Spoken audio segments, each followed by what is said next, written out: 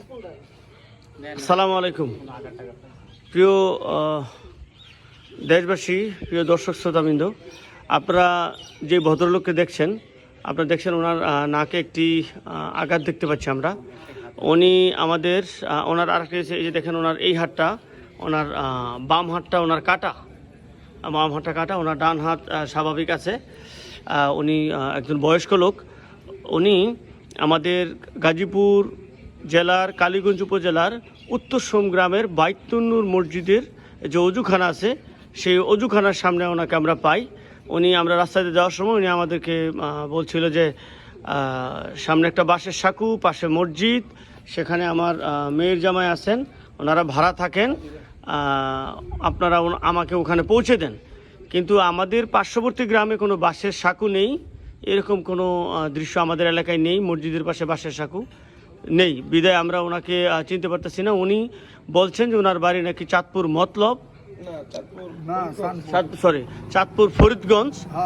উনি ওখান থেকে এসেছেন এবং ওনার আমাদের এই পার্শ্ববর্তী এলাকায় নাকি ওনার মেয়ে এবং মেয়ের জামাই ভাড়া থাকেন। ওনার মেয়ের জামাই চাকরি করেন। আমরা ওনার সাথে একটু কথা বলছি, জিজ্ঞেস করছি, আপনারা একটু শুনুন।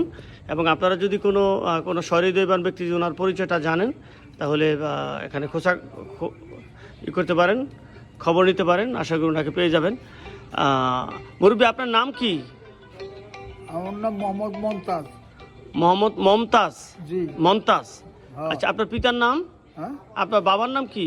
লাল মিয়া ব্যাপারী। লাল মিয়া ব্যাপারী। আচ্ছা, আপনার গ্রামের নাম কি? রামপুরচর। রামপুরচর। এটা কি আপনার চাঁদপুর ফরিদগঞ্জ না? চাঁদপুর ফরিদগঞ্জ রামপুরচর।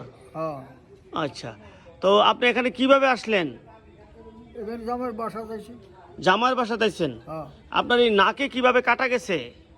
মানে উড়িয়েও ছিলাম তো, আসলে আমি এরকম কারেন্ট গেছিল গিয়া, অর্থাৎ উপর হয়ে পড়ে গেছেন বিদ্যুৎ চলে যাওয়ার পরে অন্ধকারে। আচ্ছা, ব্যথা পাইছেন এইভাবে না? আচ্ছা, এখন আপনি যাবেন কিভাবে ওখানে? আমার বাসায় তো জিজ্ঞেস করতে আসছে না, মানে আপনার বাসা খুঁজে পাচ্ছেন না? না। কিন্তু আপনি যেই বর্ণনা দিচ্ছেন যে একটা বাঁশের সাঁকু, মসজিদের পাশে বাঁশের সাঁকু, কিন্তু এইরকম কোনো এলাকা তো আমাদের গ্রামে নেই, এইরকম কোনো জায়গা তো আমাদের এলাকায় নেই। একটা বাঁশের হাক্কা আছে, হাক্কার হারিয়া হিয়ান একটা মসজিদ আছে। আচ্ছা আচ্ছা আচ্ছা, আপনি কখন থেকে খুঁজতেছেন? সকাল থেকে আমি এই মাংস পাগলের মতো ঘুরতে আছি। ও, মাংস কোথেকে নিয়েছেন আপনি? মাংস দিয়েছে। আচ্ছা, এখন এই মাংস তো মনে হয় নষ্ট হয়ে যাবে, সকাল থেকে মাংস তো নষ্ট হয়ে যাবে। আচ্ছা, ভালো কথা। আপনার কোনো মোবাইল নাম্বার সাথে আছে? কোনো নাম্বার জানা আছে? না। পকেটে কোনো মোবাইল নাম্বার আছে? আমার কাছে মোবাইল আছে। জামার কাছে মোবাইল আছে। আপনারা কোনো নাম্বার দিছে পকেটে? না। আচ্ছা, এখন আপনার কি খাওয়া দাওয়া করছেন? কিছু করছি। কখন করছেন? কোথায় খাইছেন?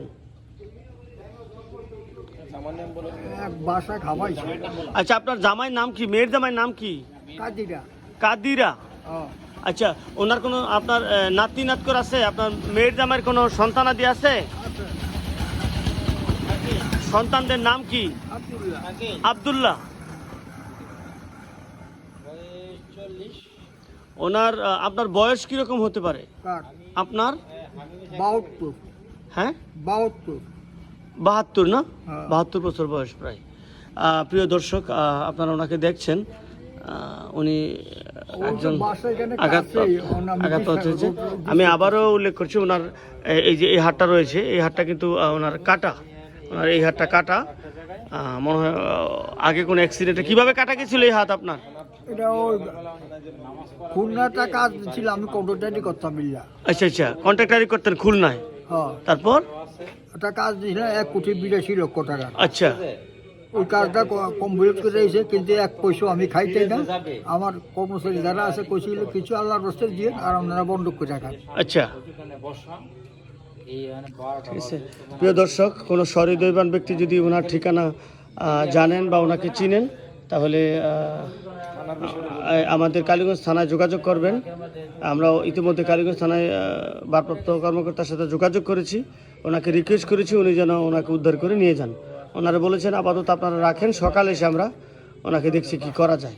ধন্যবাদ। আসসালামু আলাইকুম রহমতুল্লাহ।